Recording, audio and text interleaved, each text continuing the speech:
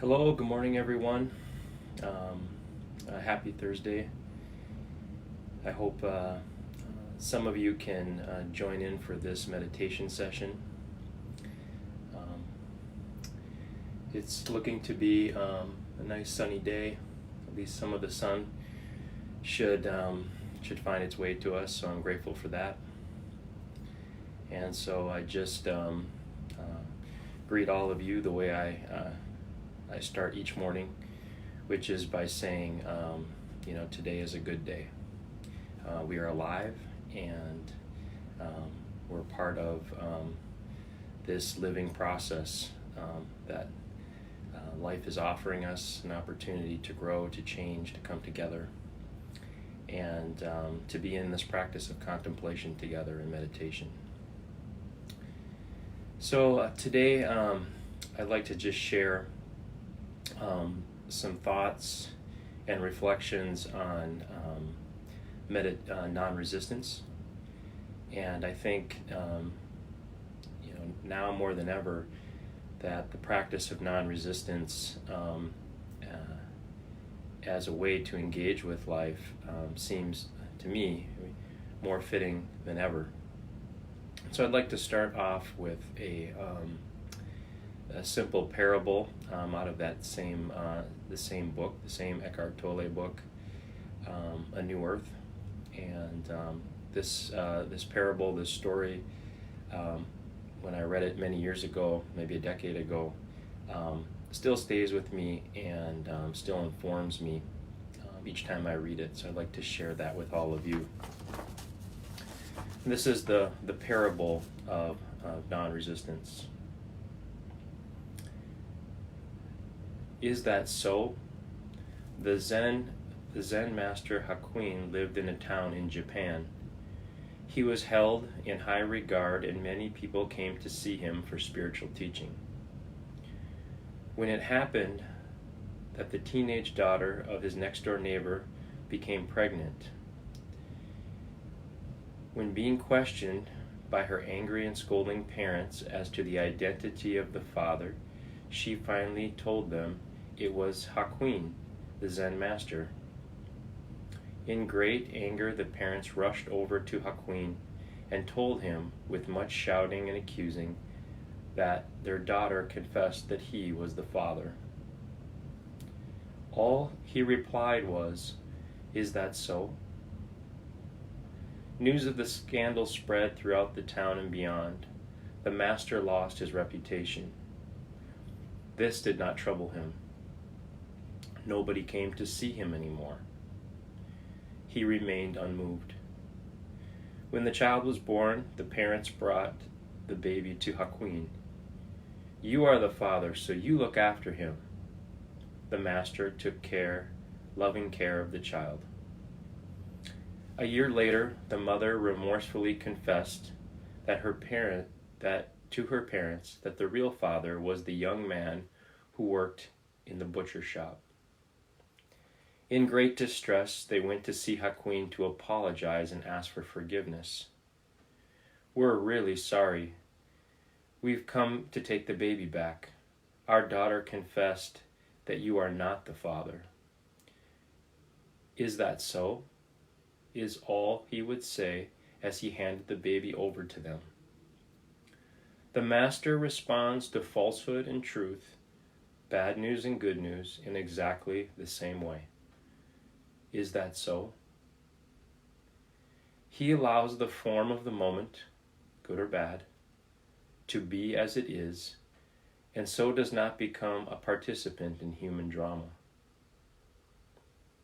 To him there is only this moment, and this moment is as it is. Events are not personalized. He's nobody's victim. He's so completely at one with what happens that what happens has no power over him anymore.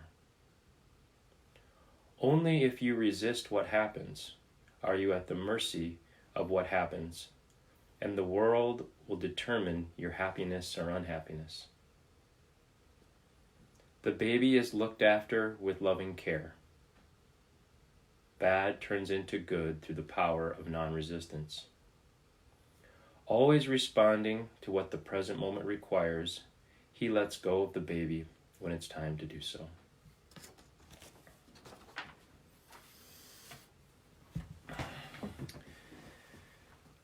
So that parable, it's I'm really glad to share that that simple parable around non-resistance, because I think it is a powerful representation of how we can, as human beings, be met with a situation that can easily move us into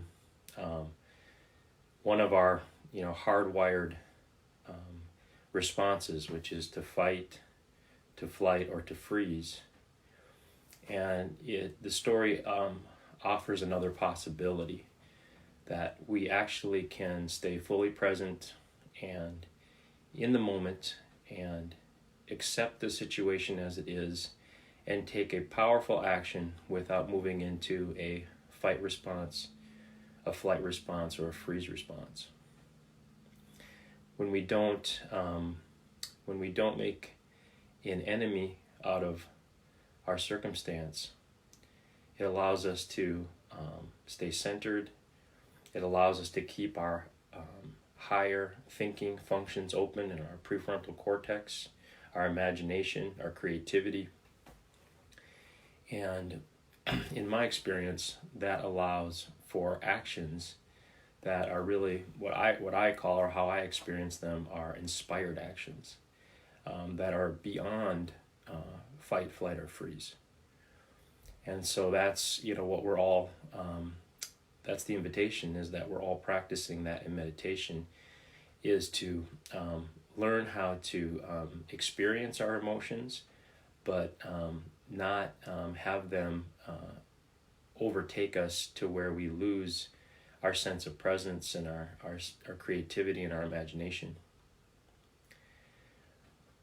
As another example, or a personal example, of the power of non-resistance, some of you know that it's one of the practice of non-resistance for me has been the study of the martial art of Aikido, and that's a really powerful practice, because that whole art is devoted to the ability to use non-resistance in order to reconcile an actual physical attack, where I, as the person that is receiving the attack, I'm not harmed. I keep myself safe, and all the movements are designed to redirect the attack of the opponent, and so that even they are not hurt. And so that's been a powerful practice, because for me that takes this notion, or this idea of non-resistance, and it takes it from something that sounds nice, sounds poetic, but actually puts it on the mat and actually allows you to practice non-resistance in powerful and transformative ways. And so that's another practice, is practicing bodily arts that like Aikido or Tai Chi or yoga, that are teaching us how to blend with conflict, how to instead of creating an opposition, how do we center ourselves, how do we face into, how do we enter into the conflict, and how do we transform the conflict creatively, and actually use the conflict. That's been the real lesson over the last, whatever it's been, 12 or 14 years since being introduced to these practices and these ideas, is to have experienced time and time again in my personal, professional life, interpersonal life, that this notion in Aikido is that conflict is the beginning of harmony. Conflict is generative. Conflict is creative if we work with it creative. And one of the things that we need to do, or at least it's been what I was taught and what I've experienced now for many, many years is that we have to first center ourselves. We have to accept the situation as it is, work with the situation as it is, and start to, in Aikido, it's this notion of blending with the situation as it is, and letting and becoming one with the situation. And so that could lead us to a number of, some questions can help lead us into that harmony, into that blend, for all of us in our current situation. It could be harmonizing questions in this conflict, like, what is one area of my life that if I worked diligently at, for the next month and a half, for the next 5 weeks, what is one quality that is missing in me that if I committed daily practice to it till the end of April, what would be transformational when we all return to back to our socializing and our normal ways of engaging externally in our jobs? What is the one thing? So that's a blending question. What is asking yourself, what is one area that is of talent of mine and contribution of mine that I could offer to this situation? You know, what is one thing, what's one talent that I could offer my family, my community? For some of you might be the state or nationally, globally. What is one talent that you have that you are extraordinarily gifted in that you could offer? Think about that. It takes the conflict, which we wouldn't ask for, we would not ask for it, and it's here, so we accept it, we face into it, and then we ask the right question. And the right question starts to direct our attention and our energy and our imagination towards a creative solution. And so think about what that is for you. I know I've been thinking, I've been in those questions myself. I mean, even this morning, each morning coming and holding the space for this meditation is the answer, the blending answer to one of those questions. I asked myself, what can I offer that is natural to me to contribute positively to the situation? So just being here this morning is, for me, a representation of blending, having a blending question, imagining it, then starting to plan it, and then taking action. And I believe that each one of us, everybody that is live on this meditation, and everybody that listens to this later on, I believe each one of us has some contribution to make. We can blend with the situation. We can become more as a result of the conflict without taking an angry, resentful stance to it.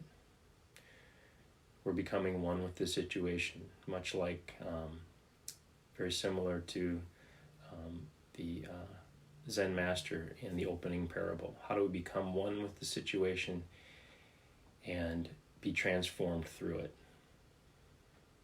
Turn bad into good.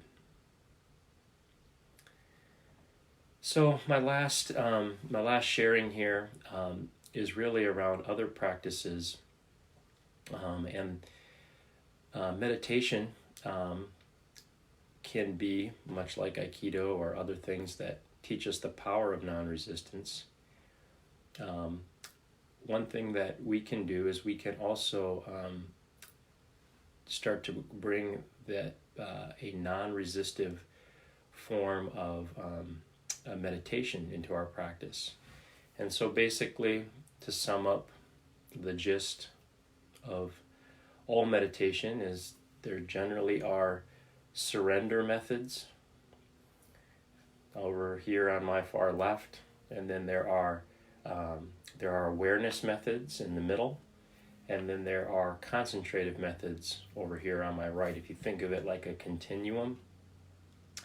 And so surrender methods are really about really releasing from all attachment of our attention to anything, whether it be positive, whether our mind perceives it as positive or negative. We simply learn how to release from everything and be in that state of just flow of experiencing thoughts, sensations, emotions, moving through our consciousness for the time that we sit. In the middle, awareness methods are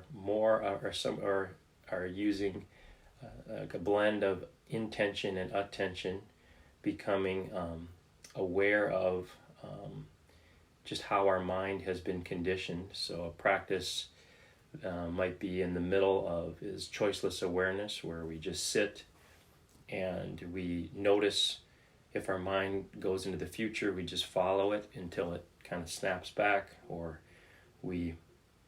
if we start to naturally move into the past, we just keep following it until we come back to the present moment. And at the end of the meditation, one question we can ask ourselves is, did we spend more time in the future, in the present, or the past? So with that awareness method, we can learn, we can become the student of our mind.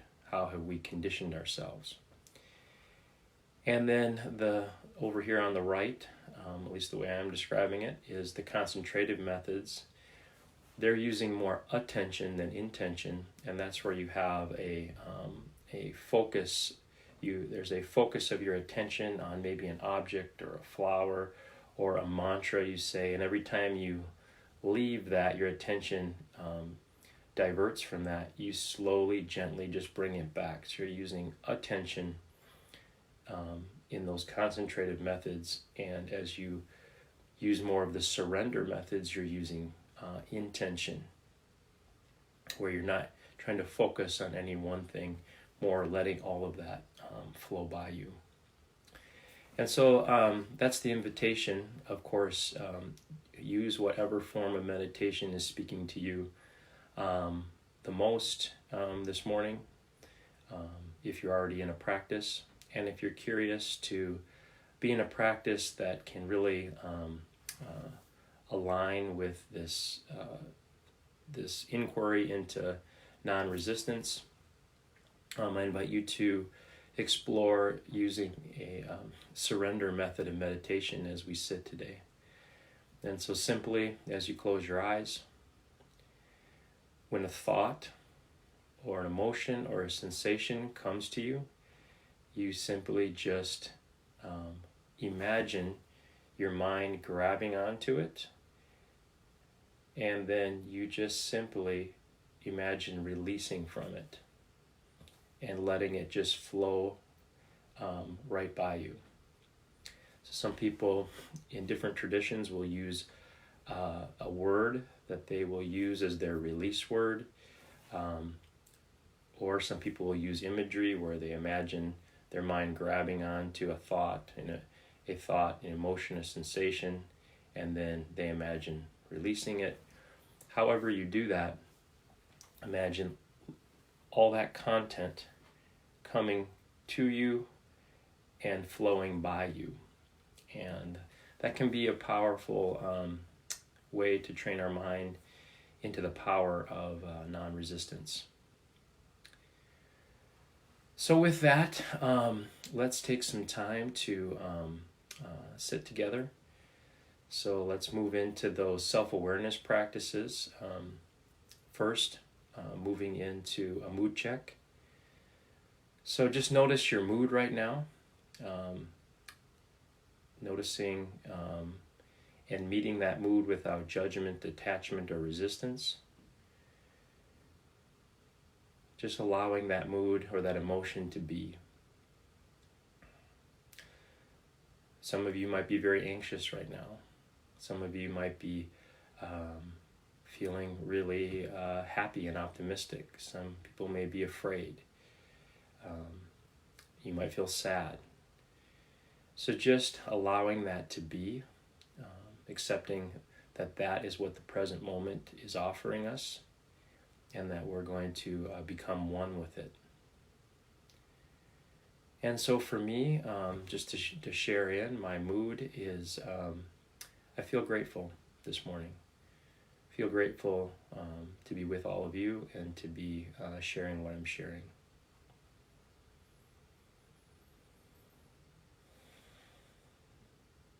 And then let's become aware of, self-aware of the sensations that are moving in us internally, somatically. So noticing the felt sense of temperature.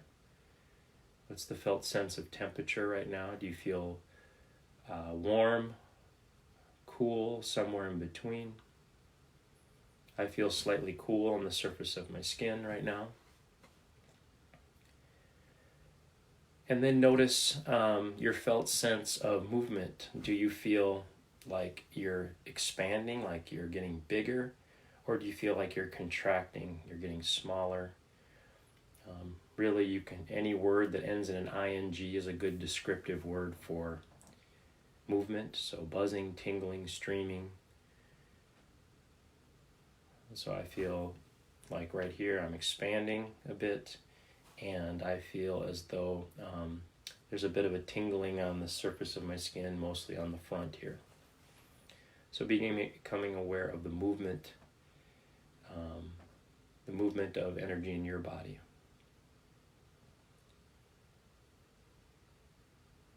And then becoming aware of your felt sense of weight. Do you feel heavy right now? Or do you feel light, like you're being lifted by balloons? There's one way to experience it or describe it. I feel very light right now. And so I feel light in my chair. So notice what your felt sense of weight is. Feeling into your felt sense of texture. Do you feel, if you feel somatically on that, your inner body, do you feel like you're rough, smooth, jagged, sharp? Just noticing what that is for you. I feel very smooth right now.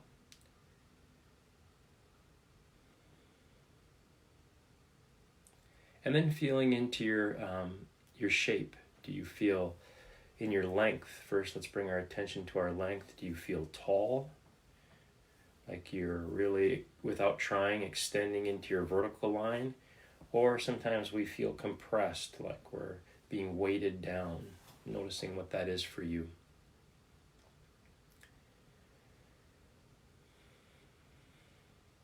And then feeling into your width here.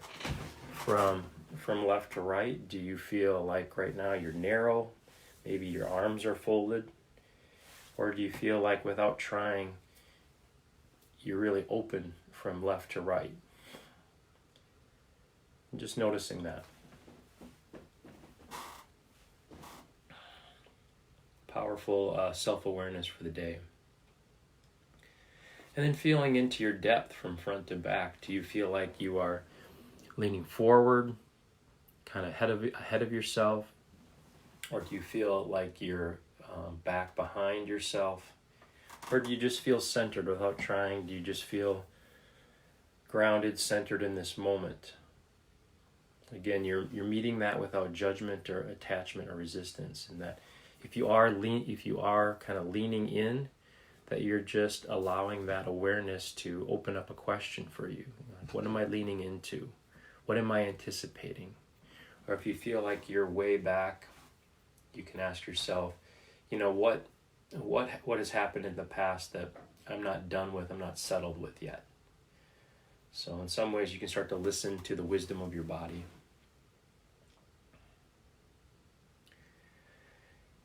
And so finally, let's begin by relaxing our body systematically from head to toe. So relaxing our eyes. Soft eyes where you're opening up your peripheral vision. Relaxing your jaw. Relaxing your neck. Bring your shoulders up, clench your fists. And drop them, and then feel. Shoulders up, clench your fists.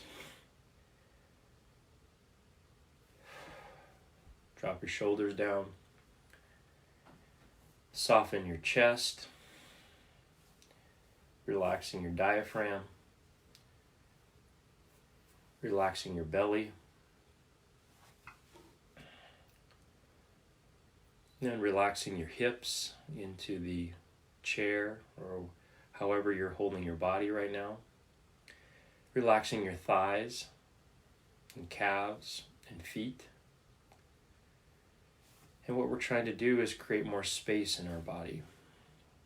Our bodies are the domain of mood. So if we can shift those muscular tension patterns, we can literally shift the mood that we're in. When we shift mood, it starts to shift behavior. It starts to shift our cognitive process. Maybe you can already feel that. Accessing the wisdom of the body.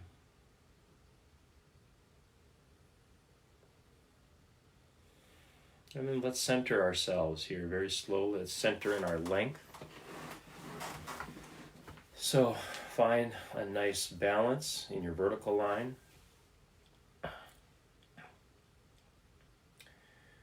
And the narrative that you can tie to that is as we connect into our vertical line, we're balancing ourselves between our spirituality and our physicality. And then as we center ourselves in width, this is the social emotional plane.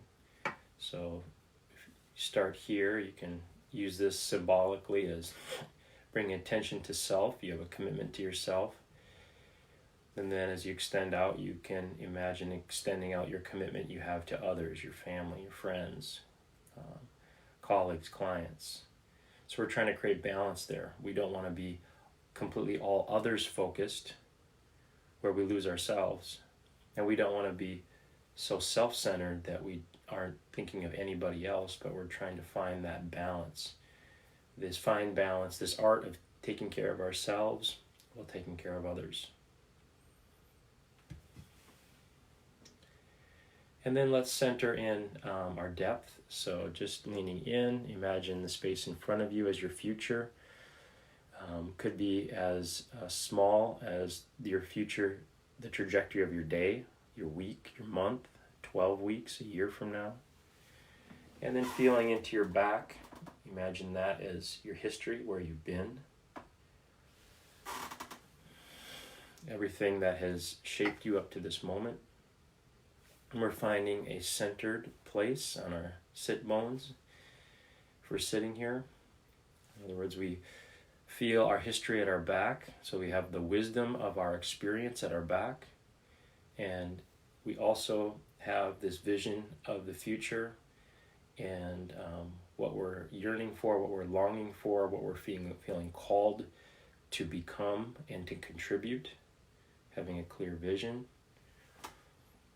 And we're finding a felt sense of balance in our body, and that felt sense of balance physiologically, where we're aligned, can help us bring our mind into the present moment. So when we feel our body centered with gravity, then that can remind us that on a cognitive level, that's the felt sense of the present moment.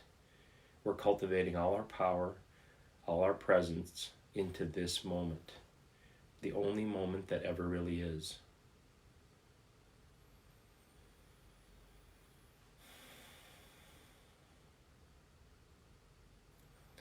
So I invite you to close your eyes and start to enter into that inner somatic space. That privileged space. Only you can experience yourself this way. No one else can.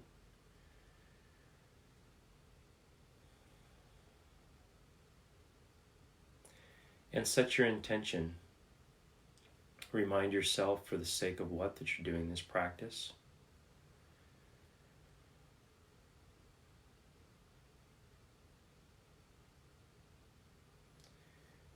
And again, we'll enter in with the words of Rumi. Be empty of worrying. Think who created the thought.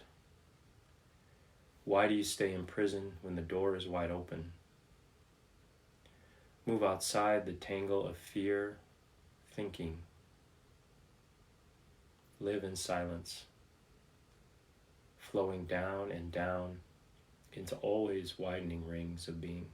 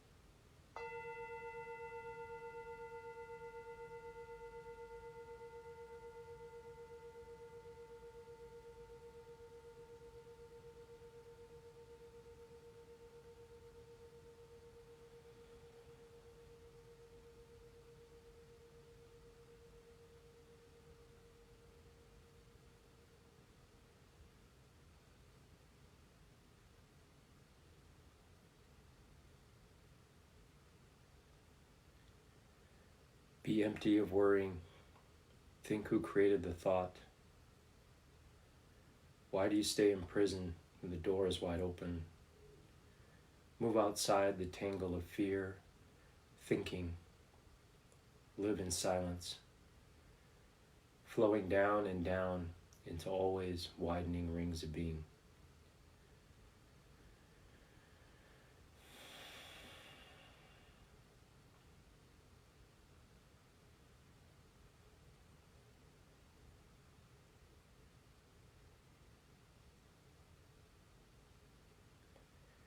And as we close our practice today, remind yourself again for the sake of what?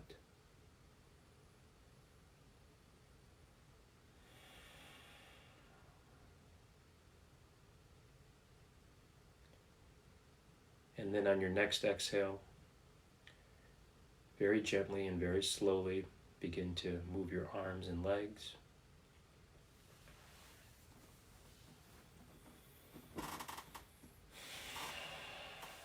And then very slowly and very gently begin to open your eyes and let the outside world come back in again.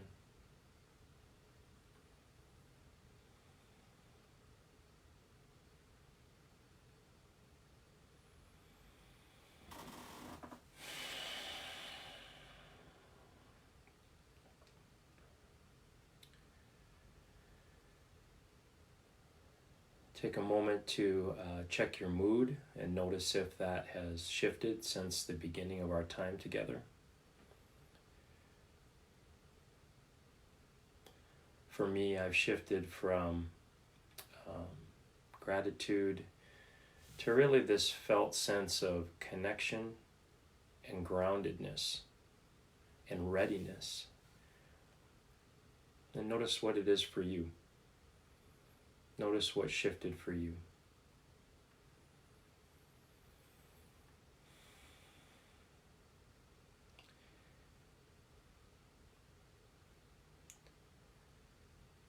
So as we enter our day today and begin our day and create our day, may we all, through this time together and this sharing and reflection together, access the power of non-resistance and really bring the power of non-resistance and operationalize it into our lives and for the powerful force that it can be. So blessings to you, my friends, and I look forward to our conversation and our sit tomorrow. I'll be exploring that last energetic state of non-judgment, and so we'll be exploring that tomorrow with the final parable, and then being in our meditation practice. So bye for now, and I wish you all a wonderful and meaningful day. Bye.